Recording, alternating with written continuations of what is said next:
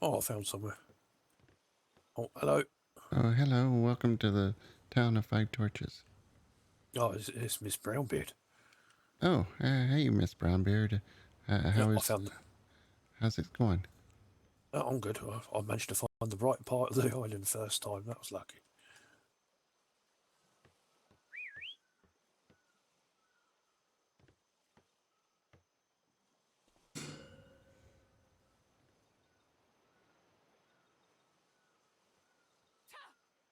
Oh, have you done with your holidaying?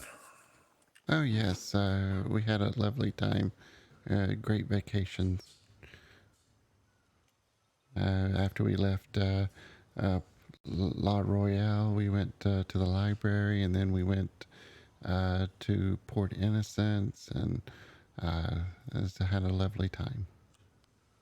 Oh, wait. I think you got something rather funny going on with your foot there.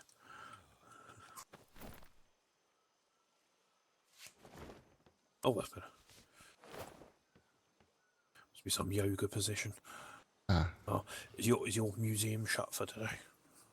Let me check with Boggert. I think she was maybe wanting to do dinner, but let me check and All see. right.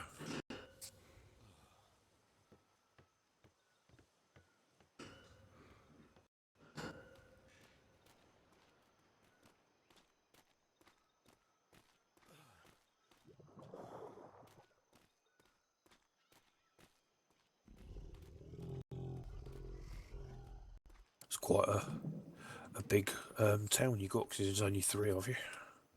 Oh, well, several of us were awake earlier. We went out, had an event at a picnic island, and unfortunately it got canceled while we were waiting on the event host to show up. Oh, right. I So, don't know which one that is. You said Picnic Island. yes, it was over in C4, the southwestern island. It's got the shallow bays all the way around it.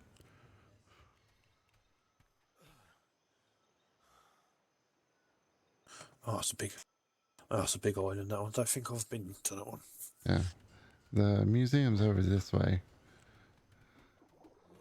We kind of separated it from the town a little bit just so that people, when they come in, they don't get the strange, unusual eyes. I thought the Loch Ness monster was a bit of a giveaway. Yes.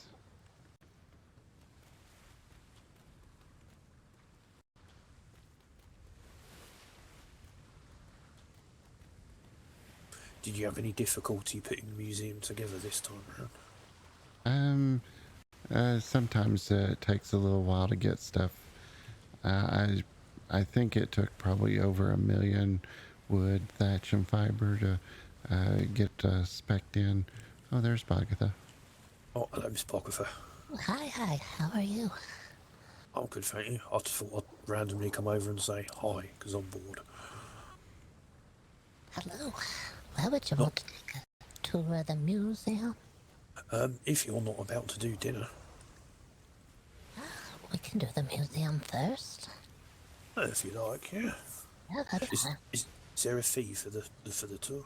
No fee at all. But you're welcome to leave a donation at the end if you want to, and it doesn't have to be coins or anything like that, and it doesn't have to be anything at all. But we do like a review at the end if you can give a review. Just let us I'm know sure if I you can do like. something. All right. Right this way.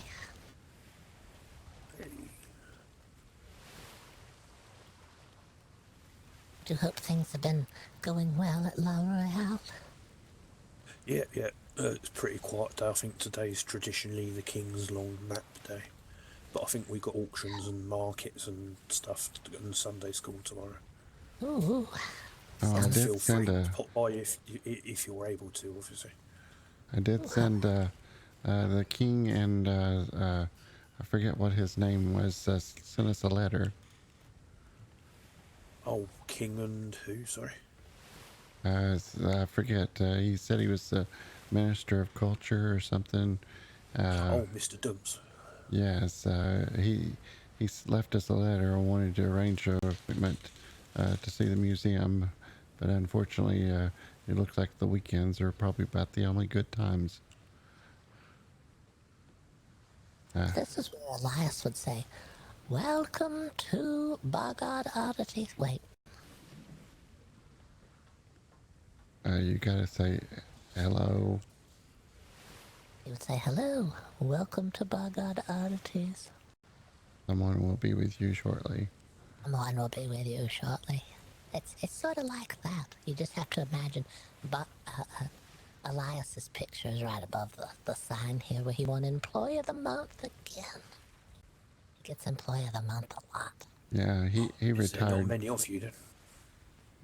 It's just the three of us that operate the museum. Yeah, that's right.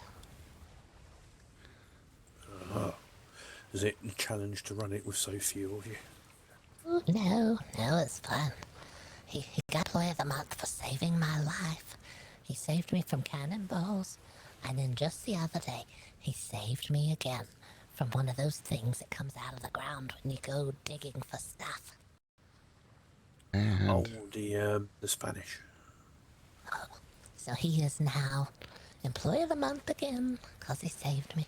and he got your stuff out of the sky from the leathery bat. Yeah, there was a leathery creature in the sky, and it grabbed at all of us, and it took a lot of my stuff and scattered it in the tops of the trees. Next time you see the king, you'd have to ask him about the story of I think he called it Sky Pain. Oh no, He defeated one with his shovel. with a shovel. Oh, that's amazing. I think that was one of those things you were describing. Oh, that's very brave. Yes, Elias got all my stuff out of the trees, and now he's got Employee of the Month again. So he's really racking them up now. Oh, we'll have to get some big reward if he keeps doing it. That's right. All right, if you're ready to begin. Oh, oui. Leave your preconceived notions of the normal world at this threshold and enter the world of the mysterious, the unusual, and the odd at BoggOdd Oddities Museum.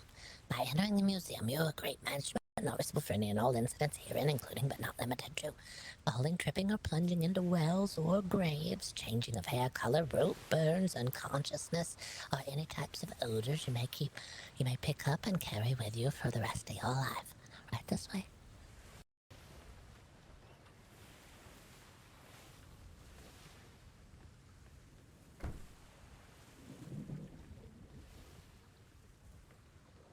At a blazing hot tropical freeport, there stood a quiet specialty cheese shop at the end of an alley. You're probably questioning, is it appropriate to locate a cheese shop in the melting heat? The answer, no. It's not because of the heat, however. It was because of the feral cats. The cats had taken to begging at the cheese shop. As patrons were leaving, they would kindly drop a crumb or two of cheese, leading the cats to wait for the next patron.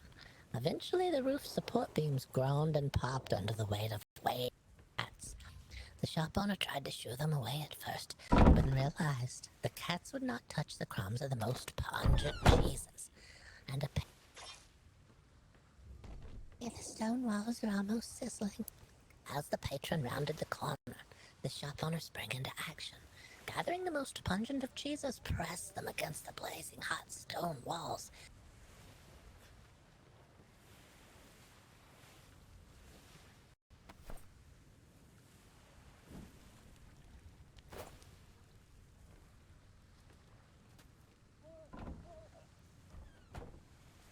Into the dark to chase the cats off the bowing roof. The shop owner caught a glimpse of them through the moonlight. The cats first turned their eyes, and then their beaks toward the shop owner. It's then the owner realized the roof was covered not in cats, but in starving, hungry vultures. That's right. It was the stench of the cheese, you see. Very intense. Drawing in the vultures. You're welcome to sniff the wall if you want to see what the pungent cheese smelled like. Oh, Smells French. that's very brave of you. All right, the tour continues just this way.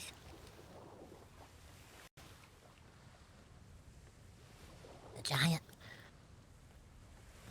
above me here, the great northern factory disaster took place on a particularly cold, dark, rainy evening. The main source of heat in the frozen north was a giant fireplace located beneath the smokestack here above us. The factory backed up to a large rock mountain, and the entrance of a great coal mine was built off of the factory down into the depths of the mountain. The top of the mountain was a known habitat for an assortment of animals. The employees of the factory found a particularly large snake roasting on the coals late one afternoon and proceeded to prepare it for the dinner pot. It was not unusual for someone to bring what they had to share, but they could not determine who brought the snake. They made a feast of the snake anyhow and went back to work. As the evening grew colder and darker, they placed more and more coal onto the fire. What no one realized is the snake, deliciously roasting on the fire, had chased a rather plump sheep from the mountaintop. The snake and the sheep both fell over the edge and landed on top of the smokestack. The snake plunged down into the coals below, but the sheep was wedged high above the factory in the smokestack. The toxic smoke had already weakened most of the workers to the point they could no longer get out when the panic began. All but 3 workers were killed in the tragedy. The death toll was said to be near 458 lives, and would bring the largest number of people killed by a single sheep for 2 more decades. You have to watch out for those sheep. That's right. They're very dangerous. They're a lot more dangerous than people give them credit for.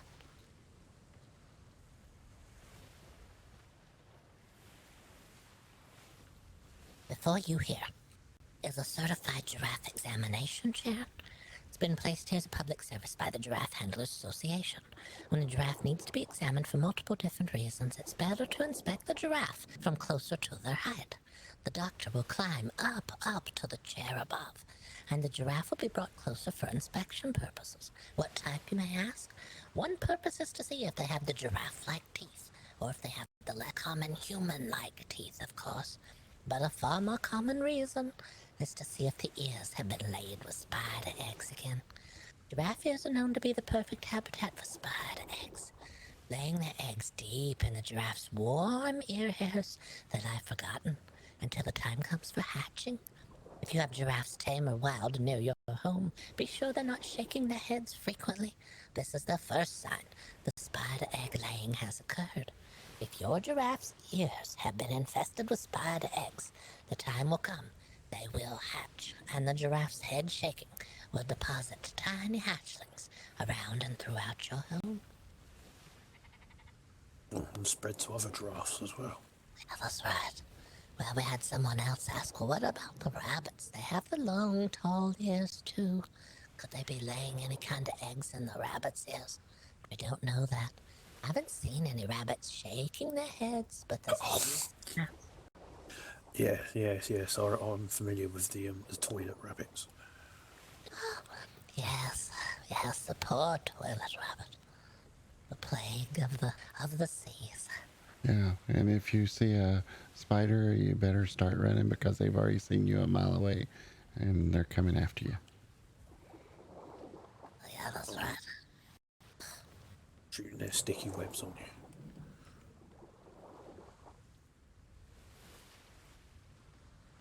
In the far-off kingdom, a rotten king reigned supreme. He was known to decide he had been slighted and to place people in prison for punishment or worse.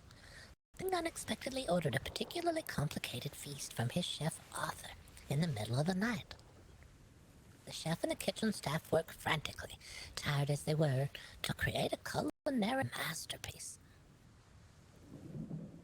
The feast was a triumph, and the king later sent word to see if he may speak with the chef. Word arrived very early in the morning. The king would be to the kitchens within an hour, and the kitchen staff readied themselves for his visit. The king arrived with his guards and quietly toured the kitchens. He thoroughly inspected a great many things.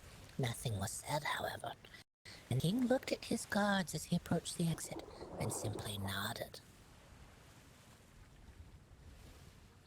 King's guards proceeded to destroy the kitchen's pots and pans and kitchens, and then they turned to the chef and said, "The king would like you to know he's displeased with last night's feast. You forgot to serve sea salt instead of salt with his meal." But the chef was aghast. He knew he had served the sea salt. He had prepared it himself.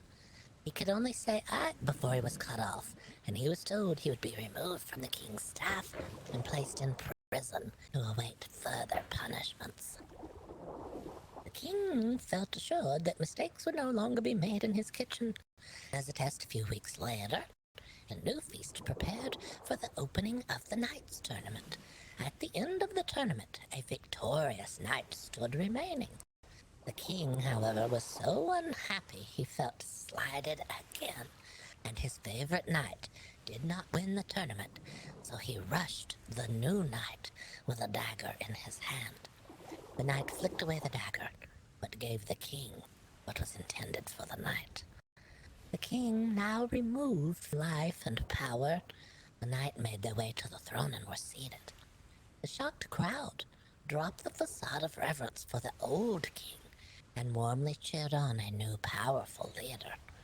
The guards, also shocked, but no longer hiding their contempt for the rotten king, said, "All hail the new king," to which the knight removed their helmet and said, "Queen." "All hail the new queen," said the guards. "What would you have us do, your majesty?" they asked. "Firstly, bring me Arthur, the chef from the prisons." Arthur approached the new queen, and he quietly asked her, "Daughter, what has happened? And are those my pots and pans you're wearing?" "It's time to explain it all, father," she said. "They sent them to me at the blacksmith shop for repairs. They did not know I was your daughter." She smiled pleasantly at her father as they waved toward the crowd over the tournament field and the cold, dead body of the former king. "I always said that your pots and pans would bring us good fortune, father. I don't know how right you were." And these be those very pots and pans then. "How they are, made into a nice suit of armor. You're welcome to take a look at them if you like. Put the little cheese graters on the arms."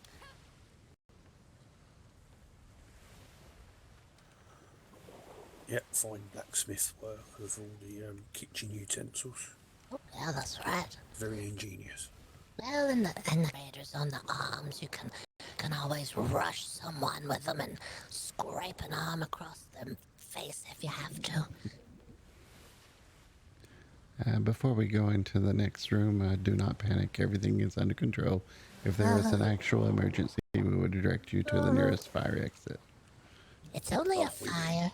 Right, It's only this way. fire that looks like fire. Nothing to be concerned with here."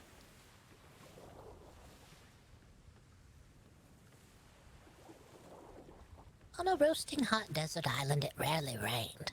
The house fires were happening frequently, and to help combat the fires, the residents used what they had to craft 2 fire carts.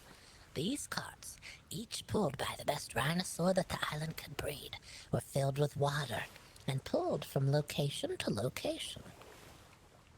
Raspberry the monkey, found wandering an island used as a turtle habitat, was a pet of the head of the fire cart haulers.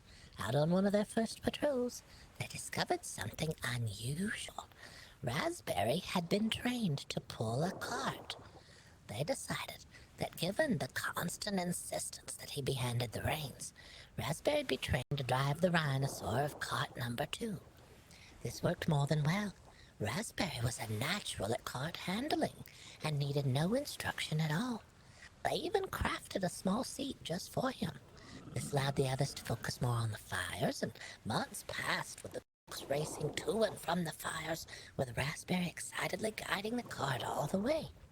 Then one afternoon, after a particularly difficult morning of fighting a long series of fires, the bell rang out again. It was time to ready the carts, but Raspberry could not be located. Knowing the poor creature must be exhausted after the morning they had had, they looked for him and found him asleep in bed. They had another member of the fire cart haulers pull the reins instead, and they left without poor tired Raspberry and headed off to the fire. Along the way, they spotted an unreported house fire and slowed cart number 2 to water it before catching up to cart number 1. While spraying the house, the front door burst open, and a soaking wet Raspberry with an extinguished torch in his hand emerged, not believing that Raspberry could be both asleep and at the scene of the fire to check the bed. Neatly shaped and arranged was a pair of trousers made to look like a sleeping Raspberry the monkey. Raspberry was wise at a great many things, cart hauling and deception being among his greatest talents. He was returned to the office as the turtle sanctuary was found, so he could retire from his busy life. The fire stopped overnight, and the cart haulers were quiet until one afternoon. A flare was fired, and a representative of a neighboring island had arrived. They wanted advice on fire carts, for they had been plagued with fires recently.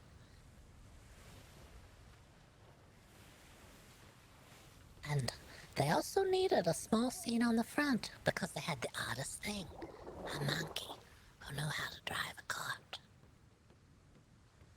Ingenious. Monkeys that know how to drive. That's right. That's unbelievable and terrifying at the same time.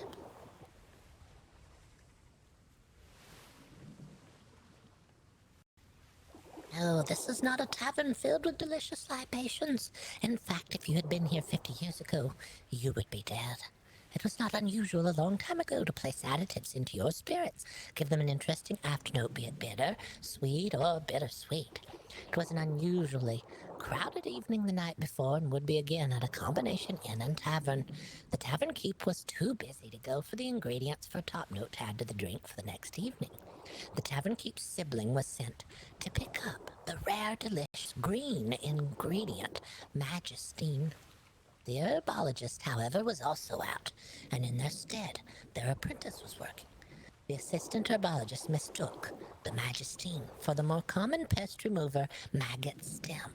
Nearly identical in appearance and flavor, coupled with the unfortunate similarity in their name, the switch was made.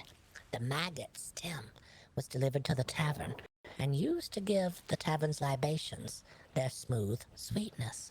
As is custom with a spirit house attached to overnight accommodations, the drinks poured heavily and quickly. The hallucinations began an hour into the evening, and the vomiting began shortly thereafter. Ingestion of maggot stem is said to produce hallucinations such as liquid running down the walls, inanimate objects breathing, eyes filled with flying animals, and the mistaking of human form for ammo. The chaos of the visions, coupled with the vomiting, began a putrid battle inside the tavern, where they all fought for their very lives. Any who made it outside were driven back in by the visions they saw in the sky. Those victors who survived the vomitous battle were said to have lain unconscious on these very floorboards until their hearts slowed to death. Oh, sounds like the Navy dinner party. Oh, my goodness. All right, the next exhibit is here below us. If you've been to a hot, humid, tropical island, you know all too well that the heat can be unrelenting. Two elderly brothers were looking for their lost goat near their home, and they stumbled upon something, a large, abandoned well. The well had run low of water on the inside, but it had a beautiful pool at the bottom. The brothers knelt beside the well. When they opened the lid, they could feel the cool, refreshing air blow past them. They thought about and discussed the well the rest of the evening, and the next day they awoke with a plan to put a ladder down the well and see what was inside. They slipped from the final ladder rung into cool, dark waters and enjoyed the most luxuriously pleasant soak in neck-high, perfectly chilled water. The water did drain a bit more over time. Instead of floating, they now had to kneel or sit on the bottom of the well. This did not suit the aging frames, and they began to talk of a new plan. It was decided to make the well more comfortable. They would move some furniture inside using ropes, and the goat, who was finally found in time to lower some furniture down from the hatch above. This would be their final plan. Their friend, who knew of the well and having not seen the brothers for some time, began to worry and look for them. When they approached the well, they could already tell something was wrong. The scent of mold and mildew and end of life met their friend before the well. For you see, as they were soaking in the cool, damp richness of the well, their furniture was also. The introduction of furniture began a growth of mold and mildew and rot that first tainted the well and then outright poisoned it. As the furniture was mildewing and molding from the outside, the cool, damp back of the chairs was growing a deadly fungus. Before that fungus was discovered, it had already started to emit toxic spores, which filled the well and the lungs of the two elderly. Poisoning the water supply. That was a terrible thing. I do have to ask, did the town builder finish your bathhouse? Oh, the bath. I don't know. I think the structure it was there. I think he's still got to do the finishing touches. But So, it looks like it's new. yeah, you probably want to warn him about the furniture. Oh, furniture in the water. It's very dangerous. Very good point.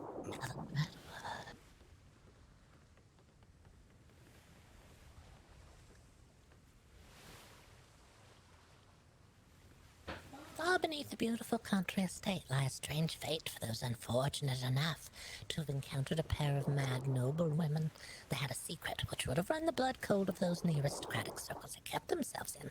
The mad women had developed an unusual diet preference: human toenails. Half-hearted soldier, drunken sailor, or sea wench, they preyed on them all. They went into the dark night to round up victims. They would wait outside tavern and dance hall for those inebriated enough not to put up a fight. A bag over their head and about 6 spins around was usually enough to knock the stoutest person unconscious if they had been plied with enough drink. They would be locked into the chambers on each side of me here, and their feet scrubbed, cleaned, and the toenails carefully trimmed, so as not to waste any of the precious resource. But I know what you're wondering. Why did they not pull the toenails out at the root? After all, that's the sensible thing to do. Well, the sisters weren't monsters. They were just unusually hungry. Oh, oddly hungry. Each victim awakened dumped on the outskirts of a town shoeless, sockless, their pants rolled to their knee. But their feet had been beautifully scrubbed, and their toenails had been perfectly trimmed. The sisters were caught. They mistook a pair of sleepy officers for inebriated, and they were overcome by them. Threatened with having their toenails pulled out at the root, because it is the sensible thing to do. They confessed to everything. Afterwards, they fell from grace and out of high society. They took on new identities. They began to work in a washhouse, where they trimmed the nails of those who came to bathe, and thereby secretly continued to feed their most unusual and odd hunger.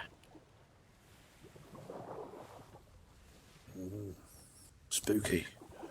Right. It's a little terrifying. You never know. What's that? Oh, what is big giant spider? Oh, yeah, we'll get to that one. First, we'll do this one.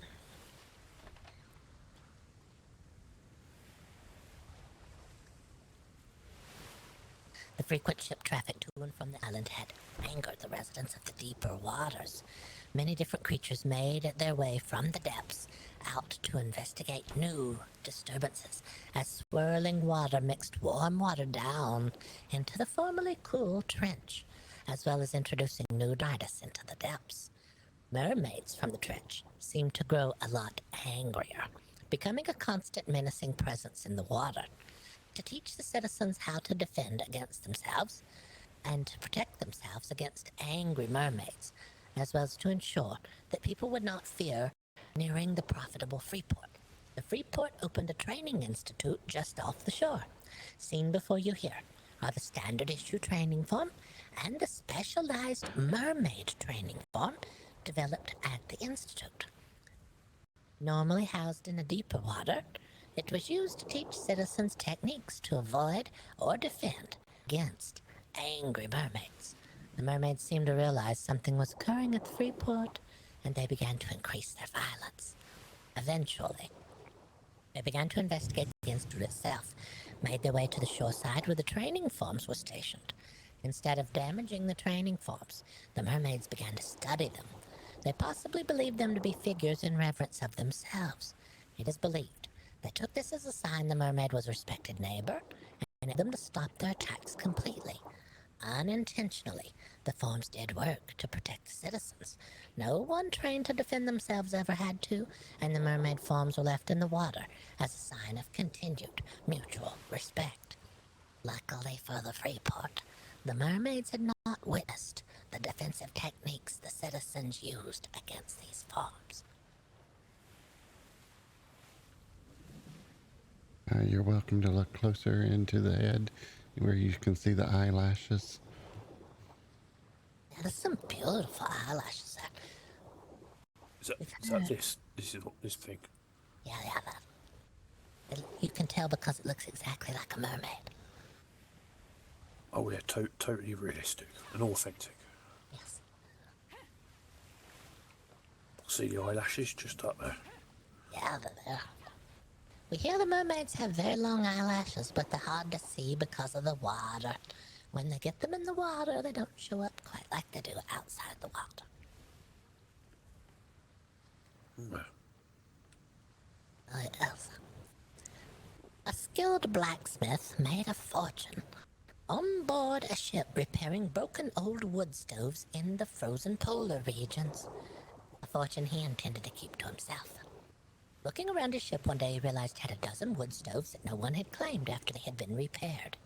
Needing to remove the extra weight from the ship and to find a suitable place to keep his treasure safe, he left the polar region and went to his home on a warm elephant island.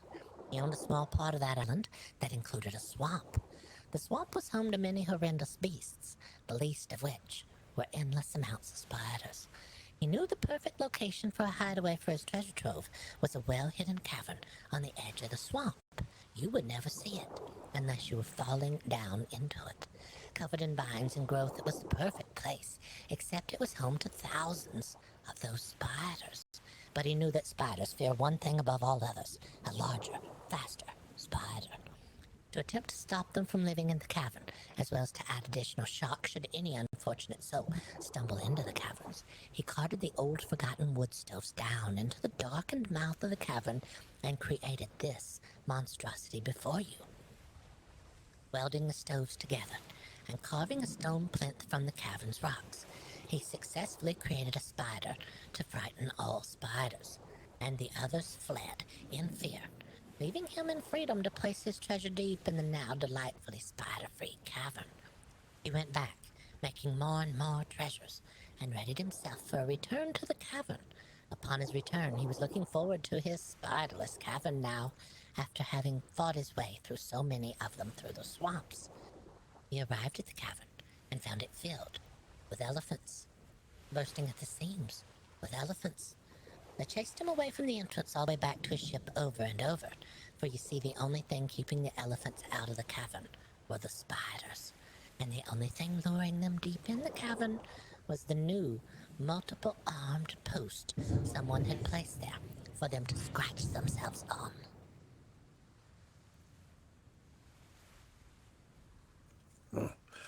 it is dead, isn't it?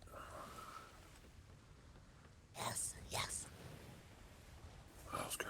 I felt I'd be worried about something like that if that was sneaking around. Oh, I've heard stories of very large spiders, but I haven't seen any around. All the spiders seem to be about the size of a person's head. We have some wonderful treats and beverages here if you need anything. Oh, let's have a look. I can hear, but I'm oh no. Oh, are you in the process of falling asleep? Give me a moment. Yeah.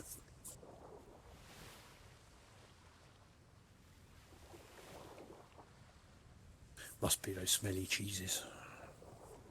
Yeah. That ain't right.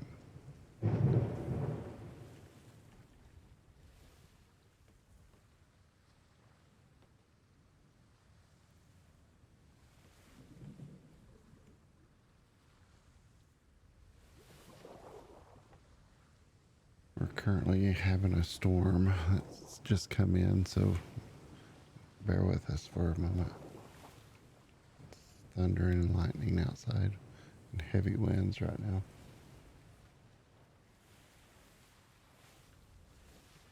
Well, I'll imagine she's probably about to fall asleep.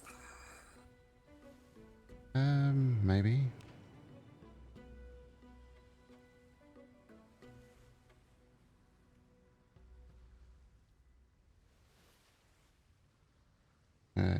She even talks in her sleep, so I guess now we can add standing up and talking in your sleep at the same time. We're multi-talented. Did you find anything to eat? We had a birthday party the other day, and there's some leftovers still in the barrel there. Oh, there's a few things in there I've not seen before. Oh, I think I recognise that one. Trina's Sugary Goodness. Would that be from Trina from Summer Foods? Yes.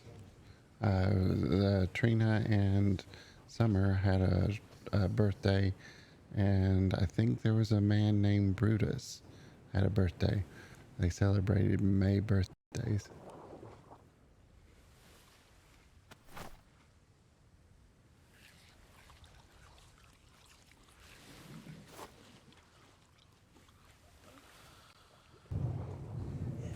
Yeah, Miss Summers gave me 100 golden shovels to give to the king.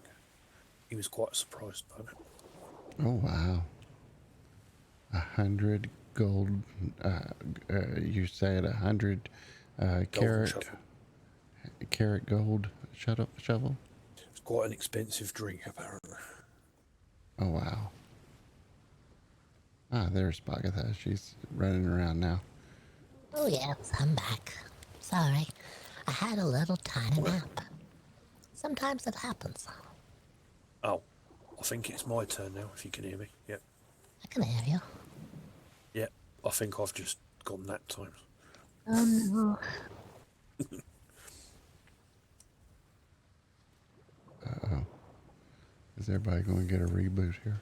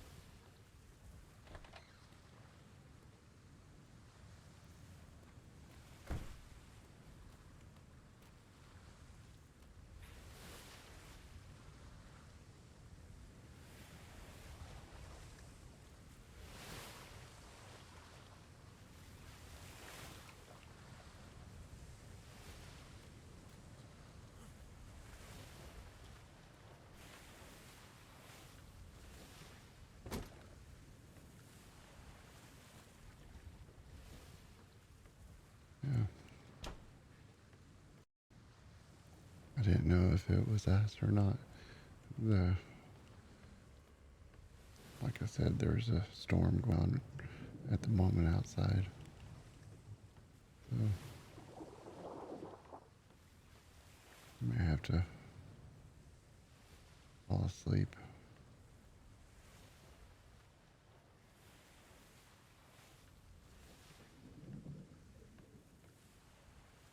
Thought it was me, Boggert. It could be something.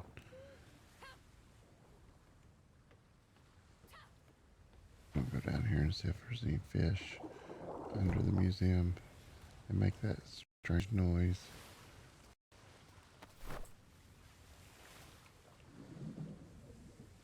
Grab my hot dog stick in case I see one.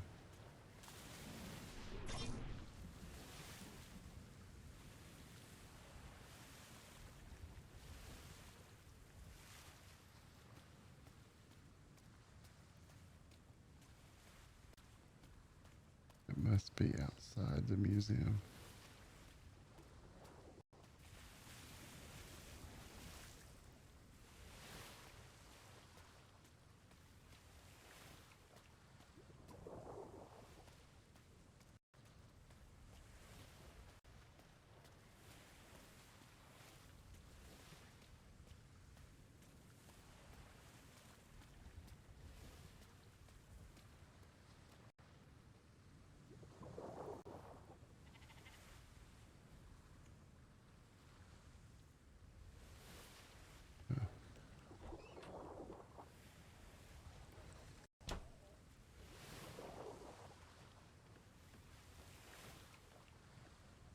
Okay.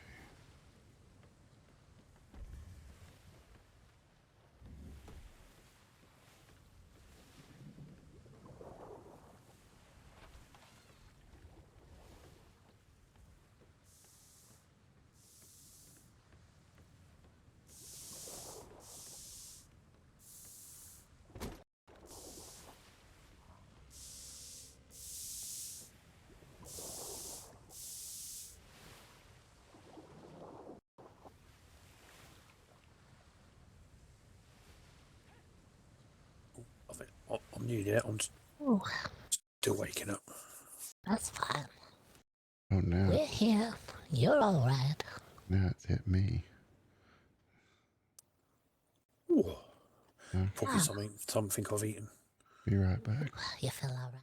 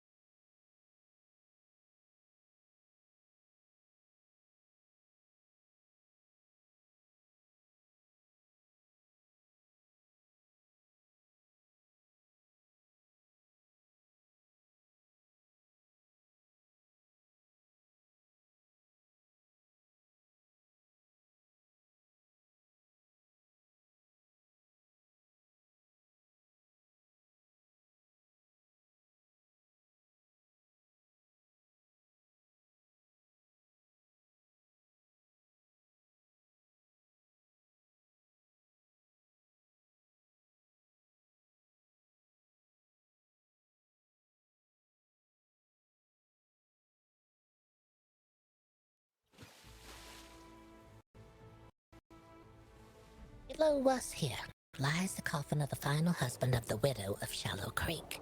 She was called the widow because she had buried 12 husbands. 11 of them were deceased. She begged for help from the townspeople. She said she was being haunted by the vengeful ghost of her most recent husband.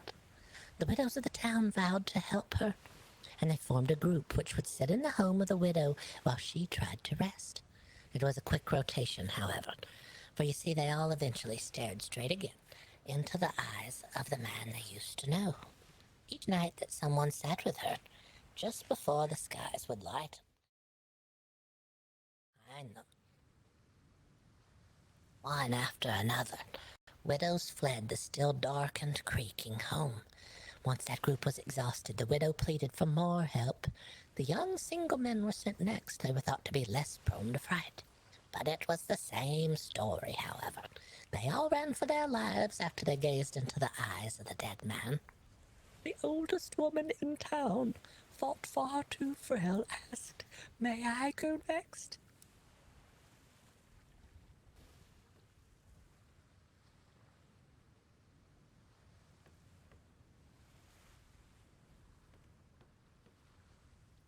She sat slumped forward, next to the warm fire in the chair, her eyes closed, her back to the room, when the ghost appeared.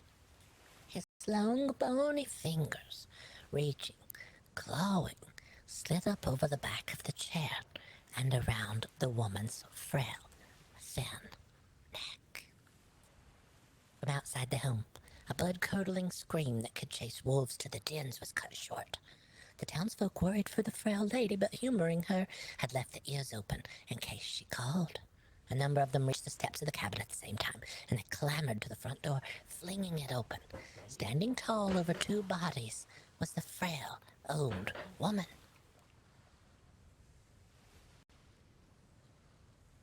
What no one realized is that the oldest woman in town was the wisest.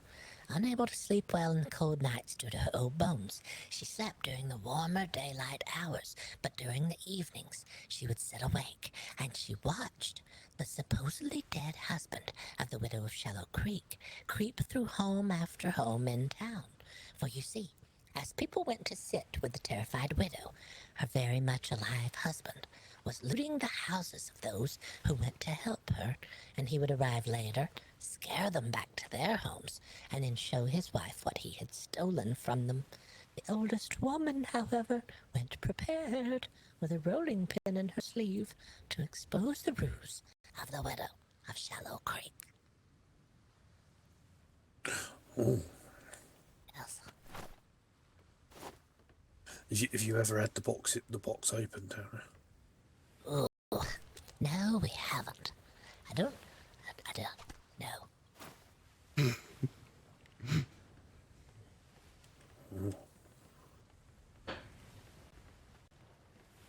Something else. It's got teeth. Oh, yeah, it does. In the remote cabin, something unusual happened. The owner of the cabin was growing older and more tired, and as the years were catching up to him, he thought he needed a way to bring life back to his life.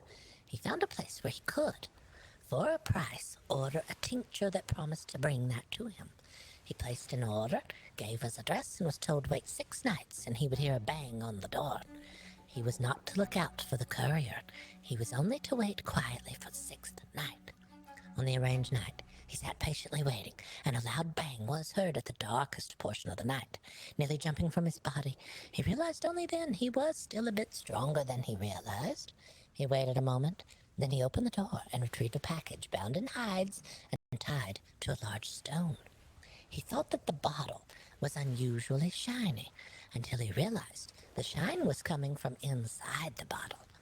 He swirled it through his fingers, and he stared at the cork topper, and he thought of his new plan, and he glanced up at the portrait of his loved one, and then he realized the bottle may hold more than he bargained for. What if it turned back his aging? What if it stopped him from aging completely?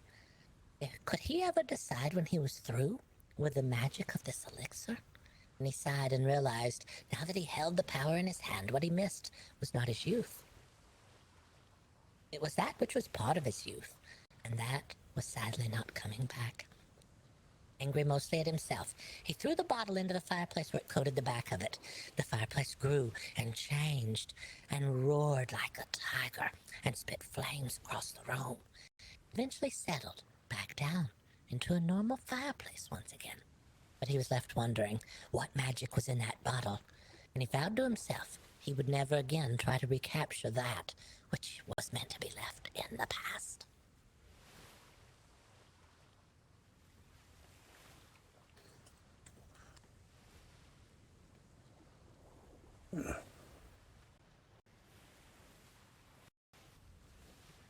Yes.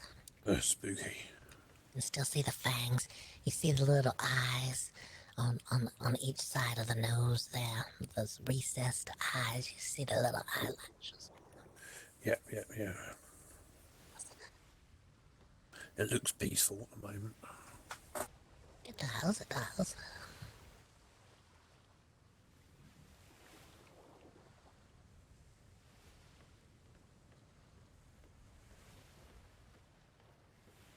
Oh, deep in a prison lie a cold, dark, windowless cell. A guard routinely traversed the corridors.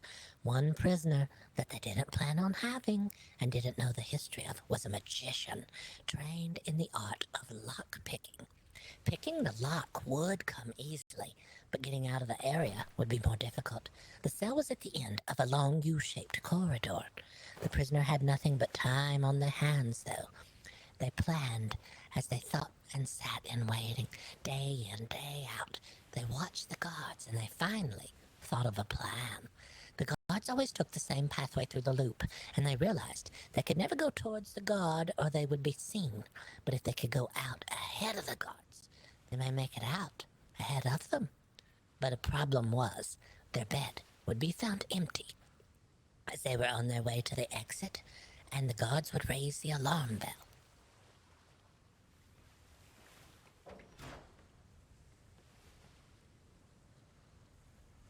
In an effort to fool the guards, they began to put away slices of bread and sausages in the pillowcase. This plan was nearly ruined on laundry day, when they had to gorge themselves on the food they had stashed. But finally, a moonless night came, and they had enough food available, and it was dark enough for the plan to work. They neatly arranged the old bits of breads and sausages, and they formed a vague figure in the bed. Just enough the guards would see something sleeping in the bed and give them time to slip away. The plan did go smoothly, and the prisoner escaped perfectly. The guards eventually discovered the ruse, however. Knowing how the head of the guards would react to them being fooled, and knowing what they had to do to hide the evidence, sat down for a most unwanted feat.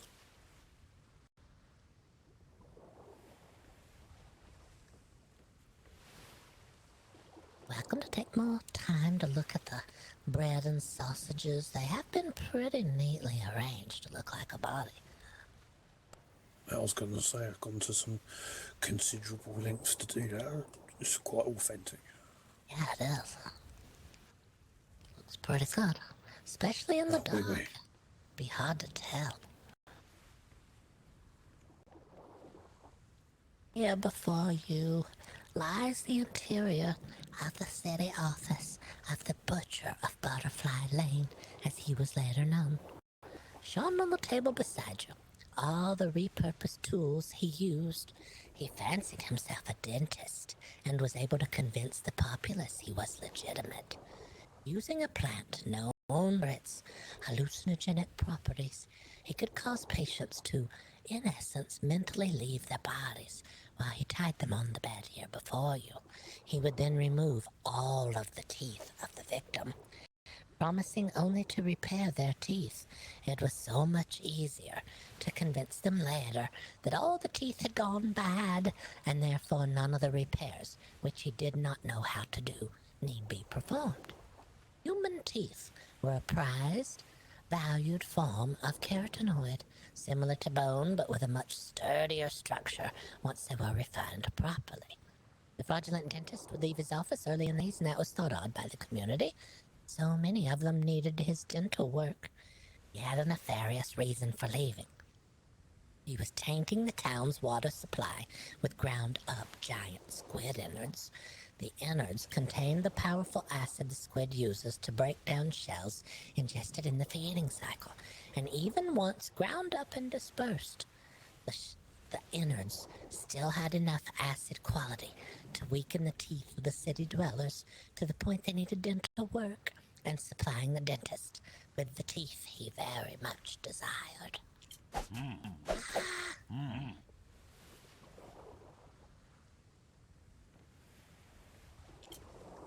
Welcome to take a look in the small box there. That's some of the teeth that the doctor had available. Yes, and some people have actually taken a few teeth and replaced a couple of teeth. Yeah, we had a visitor who had broken a tooth, and they took one of those replacement teeth and was gonna try to put it in. We don't know how that would work, but we said, yes, you're welcome to try. A pact. Yeah, A that's right. bit of one of the victims in his head, so to speak. Yeah, that's right. A packed cargo freighter named the Sea Slicer sailed through a fog-shrouded sea. It lurched high and low, crates groaning at its sides, and on board amongst the crew stood a mere deckhand. As the ship passed through the shimmer, an event occurred. Every person, in fact every creature everywhere, disappeared, except the deckhand. Calling out for anyone else, he realized he was alone. In fear for the crates, the contents, the ship itself, the deckhand panicked. He didn't understand the workings of the ship enough to get it under control, and without a crew to pull the sails and manage the ship's wheel, seemed like a task that could not be accomplished. Hello? Hello? Help! He pleaded, and his plea was heard. Only other thing that inhabited the world. The figure stood just before him on the other side of the cabin door, but he could immediately tell it was not human. It did not have facial features, and in fact, it didn't have features at all. The ship careened out of control, and just as the figure reached through the doorway, the ship crashed on the shore of an island. The deckhand was thrown overboard and down into the water beside the shore. While running from the ship and the figure, the deckhand began to realize he wasn't breathing normally. With every breath he took, it grew shallower and shallower. The farther he made it from the figure, the less he could breathe. The world grew darker and darker until he went unconscious. The deckhand awakened, and he found himself all the way back where his voyage began. But the crew of the ship and the cargo were never seen again. They say that the shimmer figure waits just over the shimmer for its next crew. Will you be the only one it spares, or will you never be seen again? Well, that might explain why animals go disappearing off of ships when you go through shimmers. Right, we've heard that it hungers for shoulder pets and animals on board your ship, and will snatch them away from you. We've also heard instance where you actually sail through and you see a duplicate of your ship and yourself. Yeah, they said that you look at yourself and you appear to be sleeping, and they weren't sure who was the real them anymore, if it was the one sleeping or the one standing there looking. It's very confusing. But we don't know why they're doing it. We've also heard that the shimmer figure steals the youth from one person and gifts it to another person. And we can't figure that out either. We think it's all done for some sort of deception and trickery. I think we've had that with one of our ships before. I found one out abandoned, and then when we got back home to dock, the exact same ship was there parked up. Oh no. Yeah, that sounds like the work of the shimmer figure. It's Quite very possibly. dangerous. Yes, we're telling everyone to leave a note in their pocket as like a word of encouragement to your past or present. Ugh.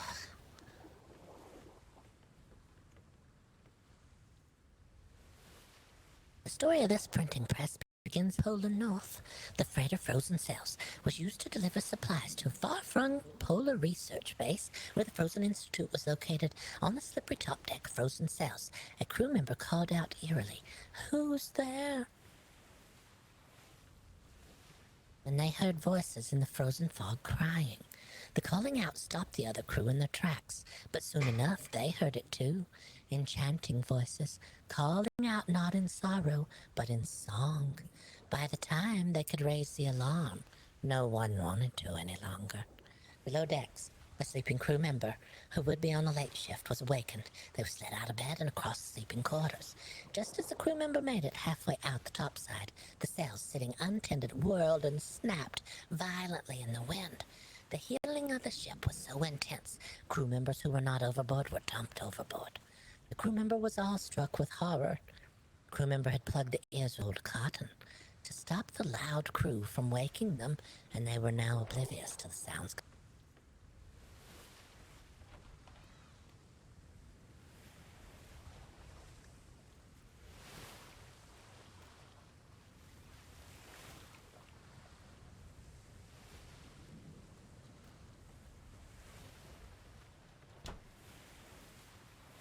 Around them, skinningly those crewmates of theirs dove underwater and swam down into the now still blue abyss. The survivor rode and rode for hours through the frozen waters until they reached land. They staggered onto the frosty shores. They called out and they collapsed. They hadn't made it to the island of the Frozen Institute and would very soon be found. But the same cannot be said for the frozen sails and her other crew. They drifted down into the dark and frozen depths. The survivor decided they would print a book to tell the tale of that horrendous day, and they used the boards from the dinghy they survived in to make this printing press before you to print the book on. It is said, however, the sea sirens had placed a curse on that dinghy's boards because they could not get the chance to clear the ocean that day. And the now cursed printing press before you can call out to those nearby, asking them to climb into its gnashing jaws. It is rumored it eventually devoured the crew member who created it, and were left wondering, now, is it satisfied, or is it waiting to strike again?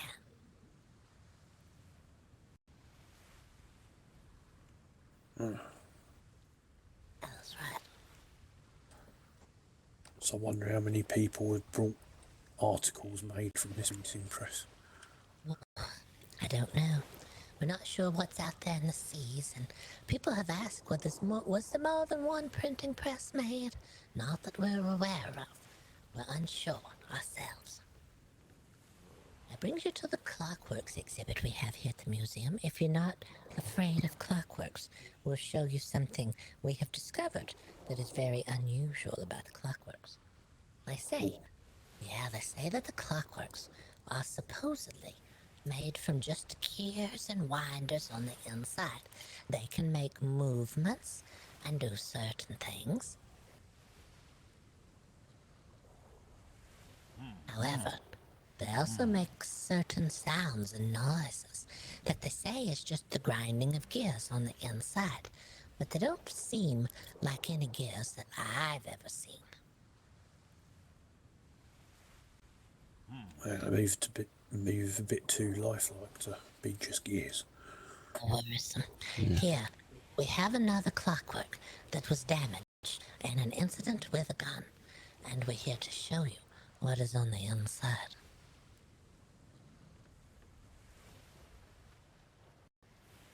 You'll notice when I remove the little top of the head, you can look down now into the clockwork's head. And on the inside of the clockwork are two strange rows of human teeth. And something appears to be growing on the inside, looking like a human brain. And we're left wondering, what is happening inside these clockworks?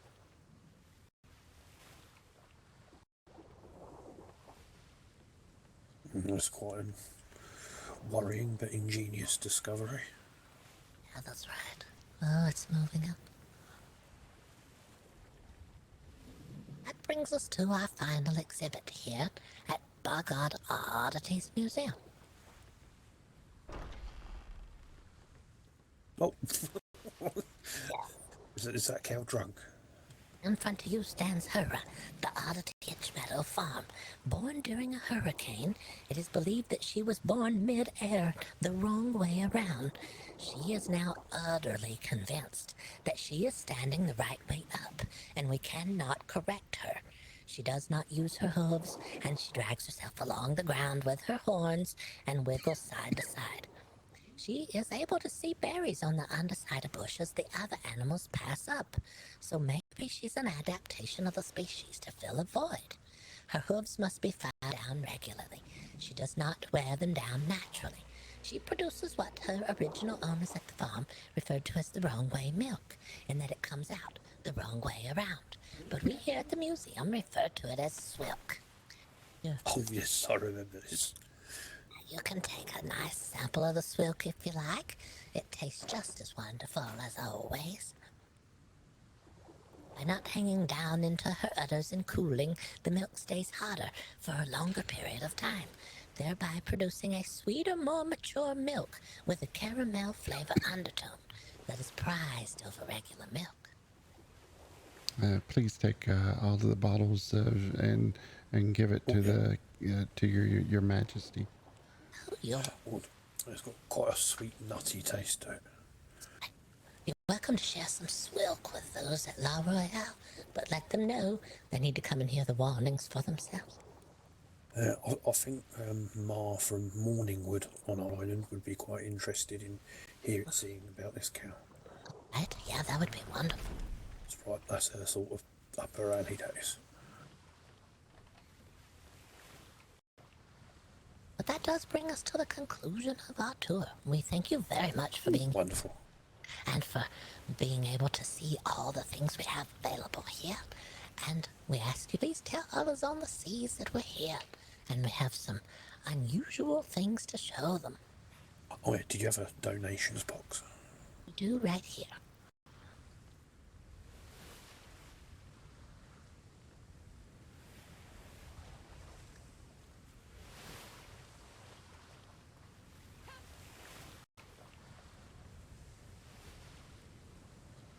Oh yeah. Oh yeah, you said something about writing a review as well, didn't you? Why, yes. Let me let you in.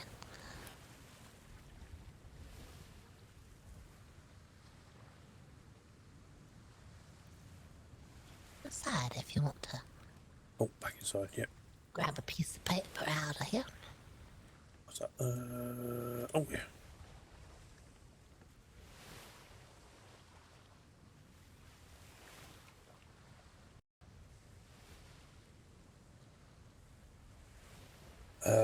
What do you do? Is it normally like a wall notice and then you just put the reviews up somewhere? You can use the blank paper, and I've been putting them in the guest book after the fact.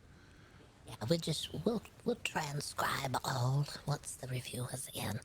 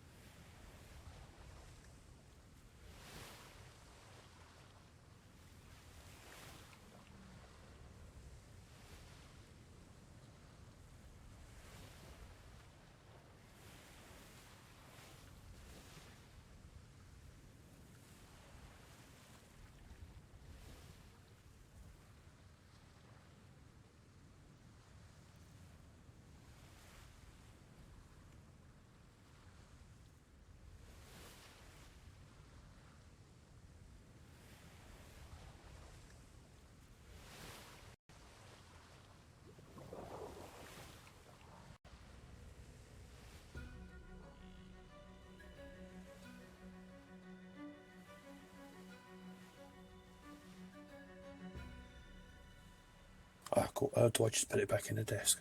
You can put it in the drop box to the left of it, or the one out front. It doesn't matter. There you go. It's in the box on the left. Oh, thank you so much for the review. Yes, thank Oh, you. thank you. Thank you for Oh, it's- attending as well. I might come by again if the king does agree when I'm awake. Oh, yeah, that'd be wonderful. And you can bring more. Oh yeah. I shall recommend it to you when I get back. Oh, sure. All It's right, been a it's been pleasure to see you. as fun again as always. Oh, wonderful. Well, thank you very much. It's good to see you. You be safe on the seas out there and be careful of the shimmers. Yes, Oh be yeah. safe. Yeah, thank you. Good to see you again. You as well. All right, bye bye. Yeah, you have a good evening. Good night. Oh, that's a diving board. I only just noticed. Was it this way? Wasn't it? Was I think? Oh, Yep, that's our way, just down the docks. oh right. Oh, all right. Thank you.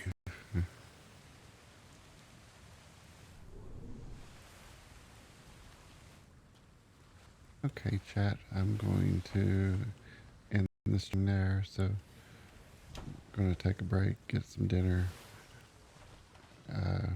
So, thanks everyone. Have a good night.